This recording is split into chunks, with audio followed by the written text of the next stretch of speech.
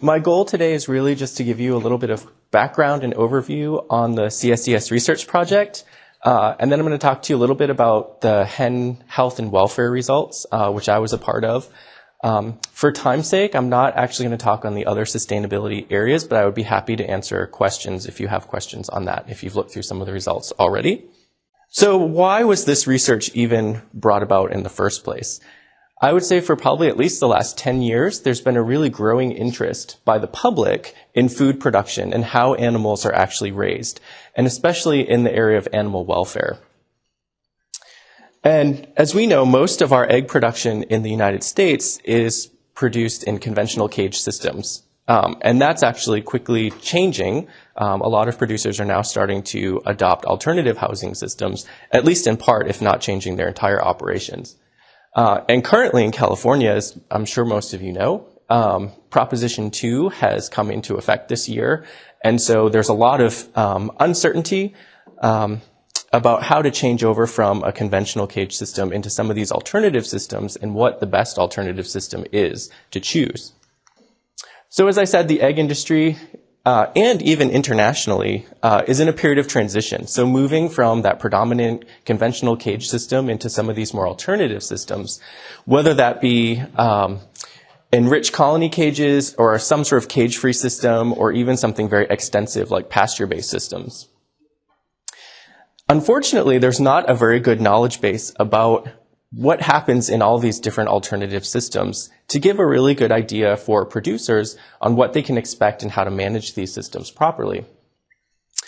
So because of that, in 2008, the American Egg Board funded a study, and this study really was to look at all of the existing literature on the different types of housing systems used in egg production, and to find out what do we know about these systems and what do we not know about these systems and where can we focus research in the future.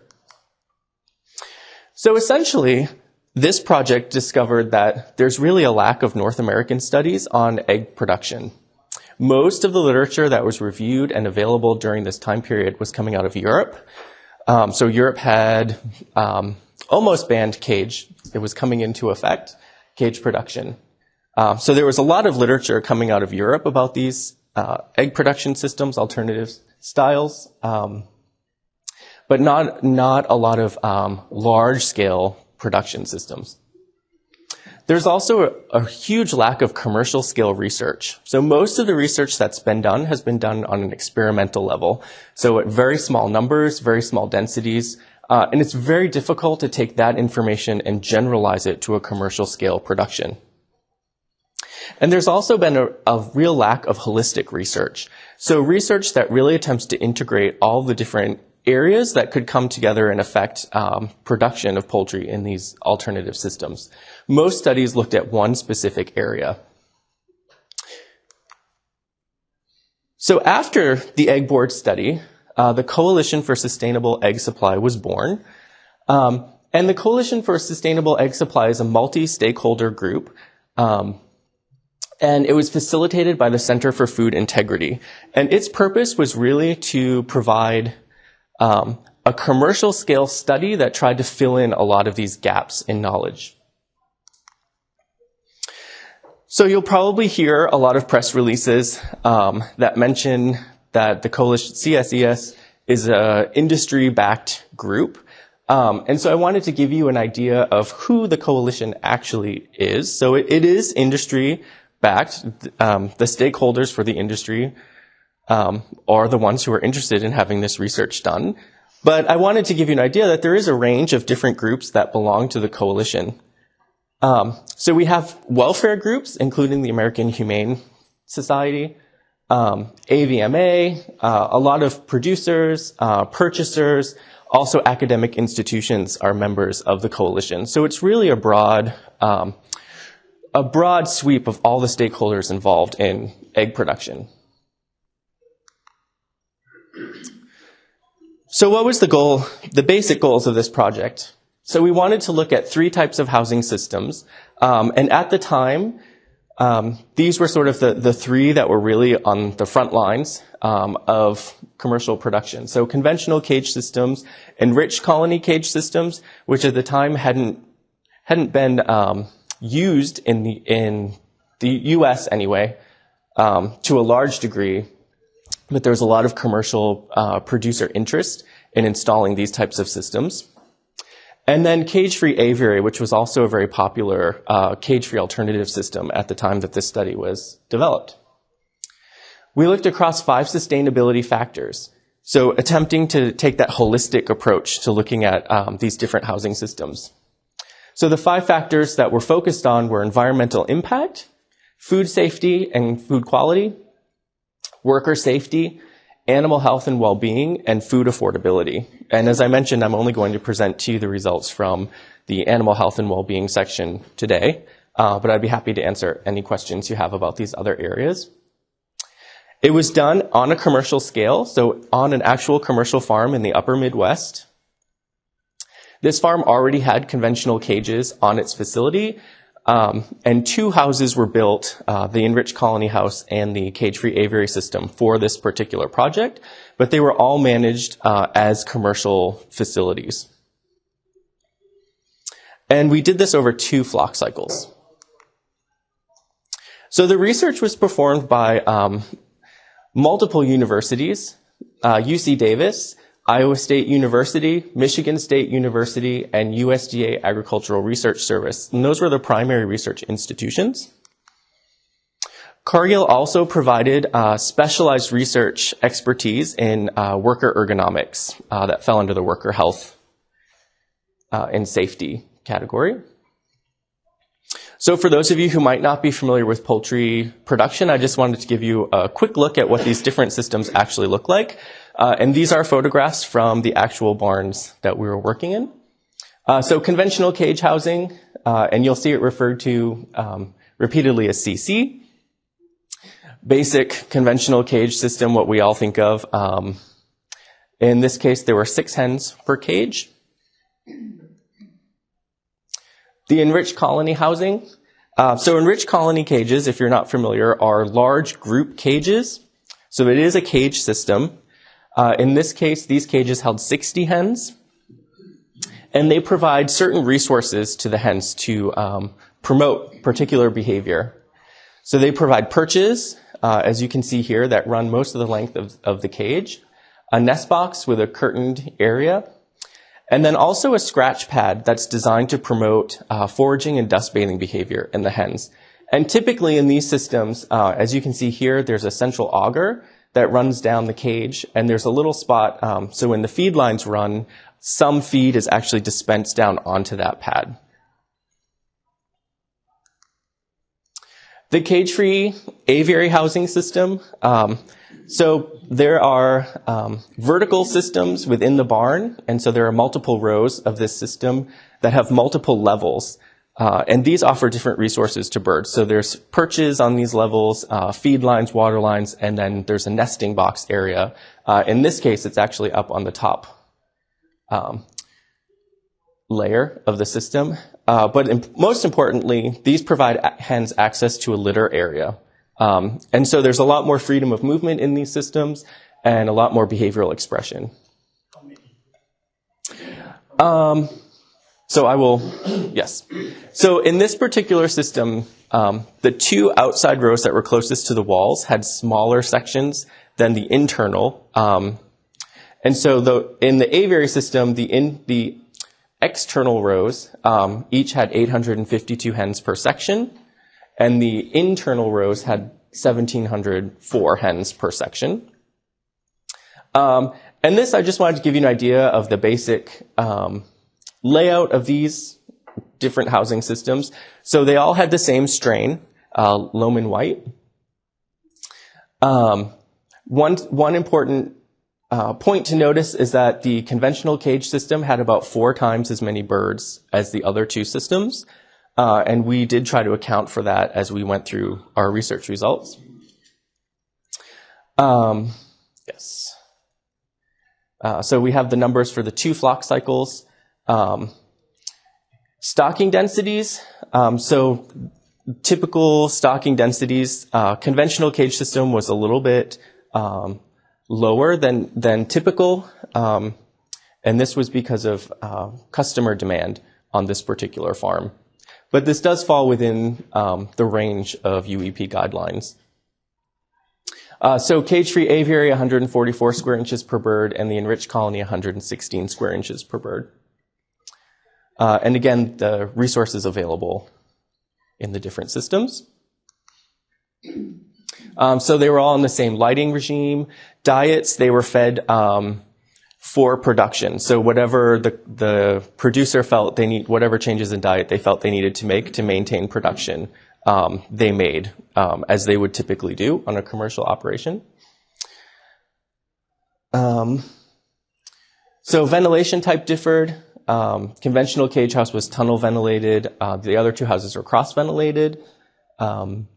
Manure handling was pretty much the same. They all had manure belts, except for the aviary litter, which was removed at the end of the flock cycle. And the aviary did have some supplemental heat available. Okay, so animal health and well-being results. These are the primary investigators from each of these universities who were involved in this section. And so the objectives of this particular sustainability area were really to look at hen health in these different housing systems. So what's the physical condition of the hens in the houses?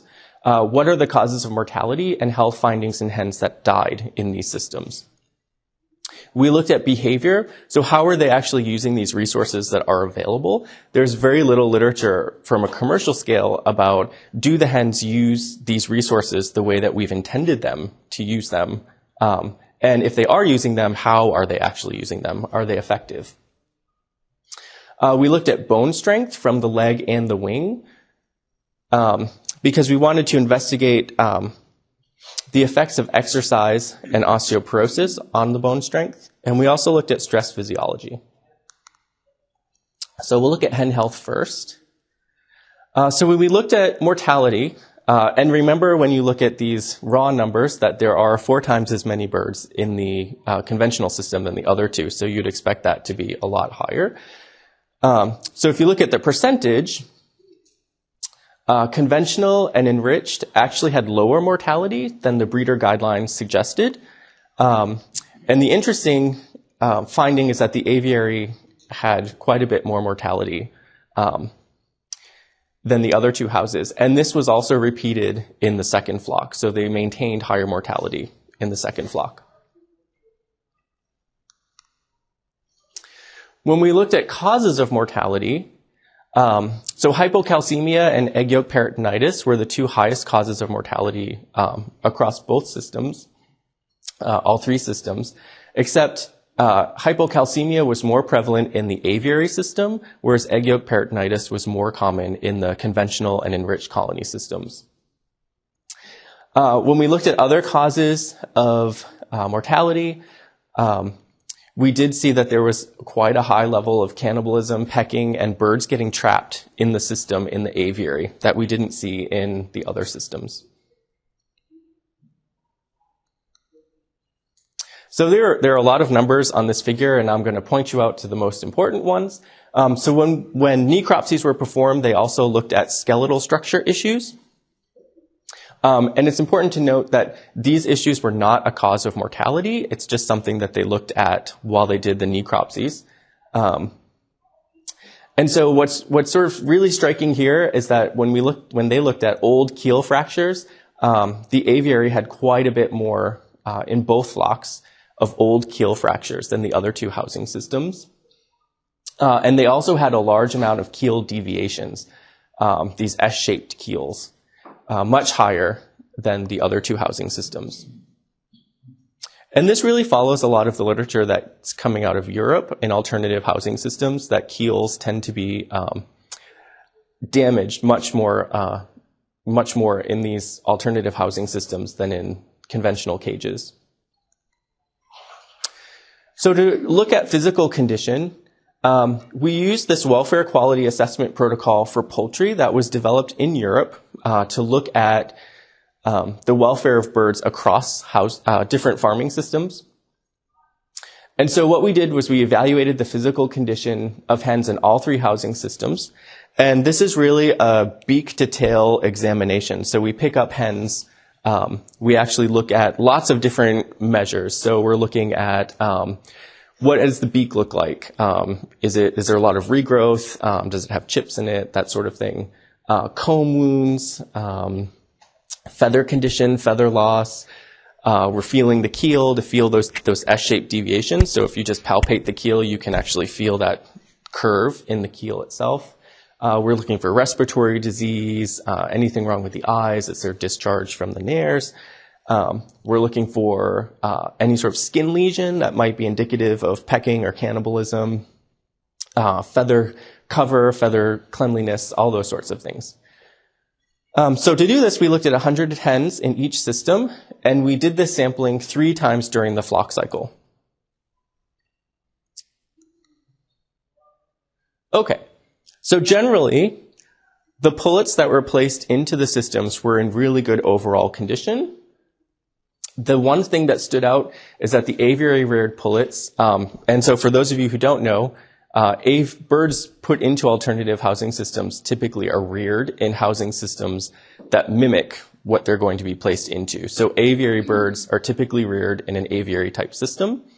And in this case, the enriched birds and the conventional were all raised in a conventional pullet rearing system, so in cages. And what we found is that these pullets that were reared in this aviary system already had keel bone deviations as they were being placed into the layer houses. So they started out with a lot more. And in general, the physical condition of the hens, as we sampled them throughout their life, was pretty good. We had no or low incidence of most of the measures that we looked at, and these included things like comb abnormalities, comb wounds, beak abnormalities, eye problems, respiratory problems, ectoparasites, and skin lesions, as well as toe damage. We did find a few major differences between the systems. So in general, the enriched birds had smaller claw lengths than the other 2 housing systems, which was sort of a surprise. We expected the aviary birds, who should have been able to wear their claws on the concrete floor under the litter, to have shorter nails, and they actually didn't. And all these numbers are ranges over the entire flock cycle, so that's why they're so large. So as typically these measures increased in severity as the hens aged. So the lower numbers are pullet placement numbers, and the higher numbers you see are at the end of the flock cycle, about 72 weeks of age. So foot lesions, we looked at the highest incidence of foot lesions was in the conventional cage system, and that was mainly hyperkeratosis.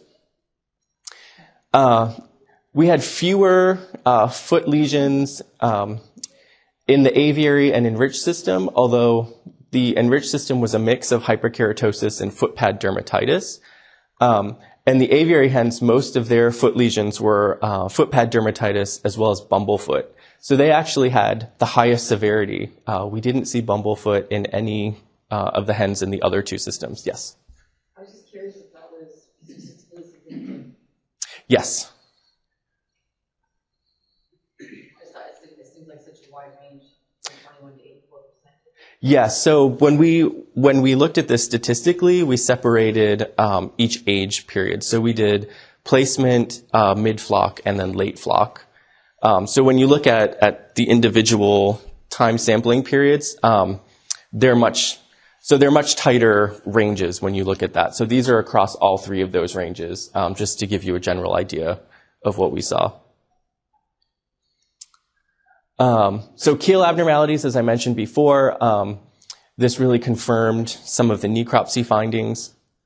So aviary hens had many more keel deviations than the other 2 housing systems, although we did find them in the enriched birds as well.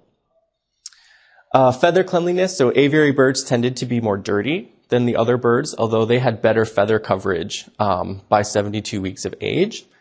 And when we looked at feather loss patterns, we saw that in the conventional house, most of the feather loss was on the throat and the belly of the hens, probably due to the feeding system and just cage wear of the birds reaching over and feeding. We found in the enriched house that there was a lot of feather loss on the throat, belly, and head. And in the aviary system, we found most feather loss on the head, which suggests that there's some aggression going on, and that's a pattern you would see of hens being pecked. And so the enriched really sort of fell an intermediate in there with some aggression, but also cage wear patterns. Okay, so moving on to skeletal measures. Several different measures were taken for this particular research. So we looked at bone density and size, bone breaking strength, bone stiffness, bone mineral content, and biochemical markers of bone formation and resorption. And this was done on both the tibia and the humerus, and it was performed on pullets as well as 72-week-old hens as they were finishing up their flock cycle.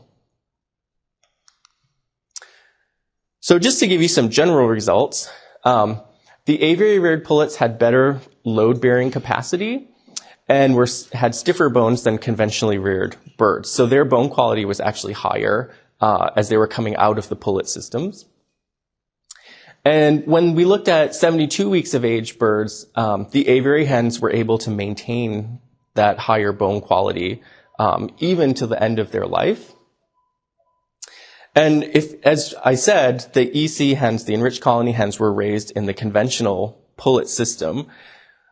So what we saw is that their bone quality actually improved over the life cycle of the flock, but it never got to as good a quality as the hens in the aviary system. And the bone quality was consistently worse in the conventional cage system. And this is actually probably due to the fact that they have limited exercise. And in the other two systems, there's greater availability of movement. So they can actually exercise those bones. And through exercise, we know that you can strengthen bone quality. So for resource use, obviously we didn't really do much in the conventional cage system. They don't really have a lot of resources available to them. So this mainly focused on the aviary and the enriched colony. And just to give you an idea of how we did this, we placed cameras inside of the houses to do behavioral observations. And so this is a schematic of the aviary house, the focal areas that were used to do this, and sort of just to give you an idea of where cameras were, so that we could look at things and sort of what types of views we could look at. And just to give you a sense, we had over 250 cameras combined in the two houses. So lots of cameras everywhere. Enriched colony cage, again, we had samples throughout the house, 3 cameras on each cage to capture what was going on and just give you some idea of camera views. And especially in these camera views, you can see that it's very difficult to actually see very much inside of those. And so we actually did a combination of camera work and also live observations while we were on the farm. Okay, so one of the things we looked at was pad cleanliness, and this was sort of a very striking result. This is one of those forage dust bathing scratch pads, and this was taken at about 52 weeks of age for the hens. And you can see lots of manure on this pad. So the scratch pads actually got really dirty and coated with manure, which may reduce the functionality of the pad, but also some hens lay eggs on these pads, so they're coming into contact with the manure as well. And this is a pretty typical example of what we would see in the nesting area on the nest pad. So compared to the scratch pad, this was a lot cleaner. This is probably the dirtiest that you would see for a nest pad. Okay, so to summarize resource use, nest use was very high in both systems, so around 97%. There were periodic outbreaks of floor eggs in the aviary system. So at the time that this sample was taken, they were having very high nest use, but this number would vary a little bit if you looked over the entire flock period. So nest cleanliness, very clean in both systems. Perch use was somewhat low, but very consistent for daytime perch use in the enriched colony cage. So there were always some birds on those perches, but not at high numbers. Compared to the aviary system, where we had 18 to 46% of hens using those perches during the daytime. When we looked at nighttime perch use, there was really pretty high use in the enriched colony system, so most of the hens were going up onto the perches at night. And this varied a little bit in the aviary system, but it's important to note here that hens are really interested in going up high, and so most of the hens in the aviary system were up on that top level. So if they weren't actually on a perch, they were on the flooring on that top level, which may have driven these numbers down a little bit. When we looked at dust bathing, and for both systems, this peaked in the afternoon. So the most birds dust bathing were in the afternoon. And so we saw 17% of hens in general dust bathing in the entire cage, so both on that scratch pad and on the wire floor. And in the aviary, approximately 22% of hens were dust bathing in the open litter area. Scratch pad, cleanliness in use, so get somewhat dirty. We did see only a little bit of dust bathing, so only about 6% of the hens were ever seen dust bathing on the pad at one time. And less than 2% of hens were seen foraging at any one time. And these are the two behaviors that pad was designed to encourage. A couple things about that. Obviously, the pad is only a very small portion of that cage. And so a lot of hens can't actually fit on there to use it at any one period of time. But these numbers are a lot lower than we had expected. Particularly when you look at the aviary and look at open area litter use, 15 to 35% of hens were observed using that area for both foraging and for dust bathing. So a lot higher use of that area, which is what we would have expected in the enriched cage system. Okay, moving on to stress physiology. So just to conclude, because this is a somewhat complicated area, heterophyll to lymphocyte ratios were within normal ranges for all hens in all systems. So if you look at the papers that came out, you'll see that there were some statistical differences between the housing systems. And that's because there was a lot of individual variation in these measures, but all of the measures, whether they were statistically different or not, fell within that normal range that we would consider birds not to be stressed. Total white blood cell counts were high for hens in all systems, and we don't really know why that is. The hens were producing well and didn't appear to be ill, so we're not sure what was going on there. And there was no difference in adrenal weights of hens across the housing systems, but this was a very small sample size, so if there were a larger sample size, it's possible that there could be differences. Okay, so overall conclusions for this sustainability area. The resources that are provided to hens in the enriched colony cage and the aviary in general are very well used, but better used in the aviary system than in the enriched colony, and that's mainly due to the fact that they don't really use that scratch pad for the intended purpose. There was higher mortality in the aviary system, but better bone strength. And the enriched colony hens were generally intermediate in terms of physical condition issues, and there was no evidence of chronic or acute stress in any of the housing systems. Okay, so there are a few caveats to this research project. And really, we like to stress that this is a snapshot in time. So this project began in 2010, 2011, and at the time, these were, at least the enriched colony and the aviary system, were the sort of best available at the time. Since then, there have been a lot of design changes by cage manufacturers, and so it could be that some of these results may change based on those cage design modifications. Also, management plays a big factor in any housing system, as I'm sure a lot of you know. And it is important to note here that this is the first time on this farm that they have managed anything but conventional cage systems. So there were a lot of improvements when you look at the results, especially when you look at the environmental results from flock 1 to flock 2, showing that the producer did learn to manage these systems a little bit better over flock 2, and it could be that if we look several flocks in the future, that some of these results could be a lot more similar to each other because they just are better at managing these systems that they didn't have a lot of experience with.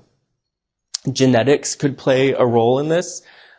So as I said, we looked at the same genetics in each system because we didn't want to add an extra confounding variable. But a lot of people use different strains for different housing systems. So it's important in the future to look at, do these results remain consistent across these different strains of birds? Region, so there could be climatic issues that are affecting some of these issues, especially when we look at things like environmental impact. And also housing system configuration. As I mentioned, there have been a lot of cage design modifications since these particular systems went in to these houses. And so when we look at the range of what's available, we could find differences as well.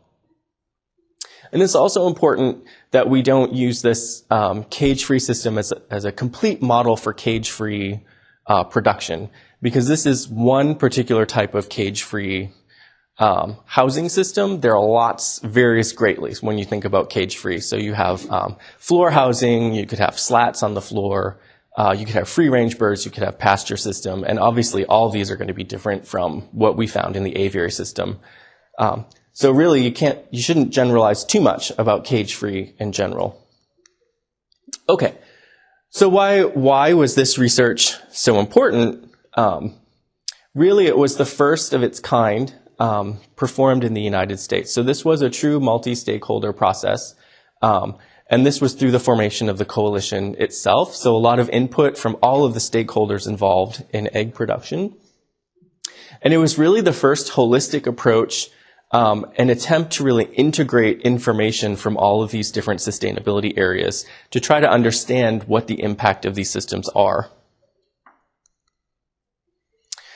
So the goal of this research was really to identify the trade-offs between the different housing systems. It was never designed to ascertain what is the best or worst housing system.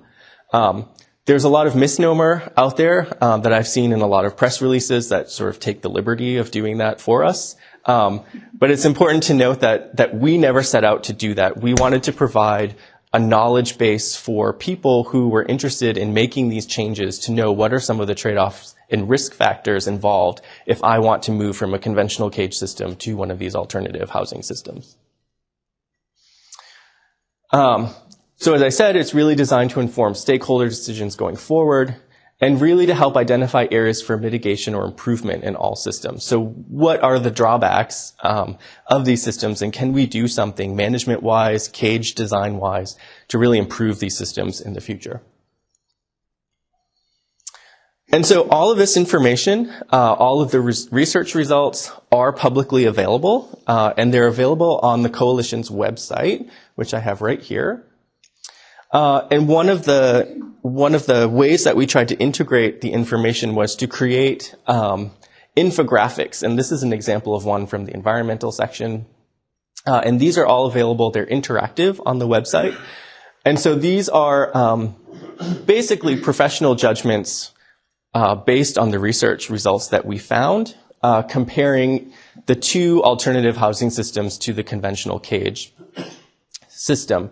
And so when you go on the website and you scroll over one of these bars, it tells you what the information was that went into making that judgment and why that particular comparison was made.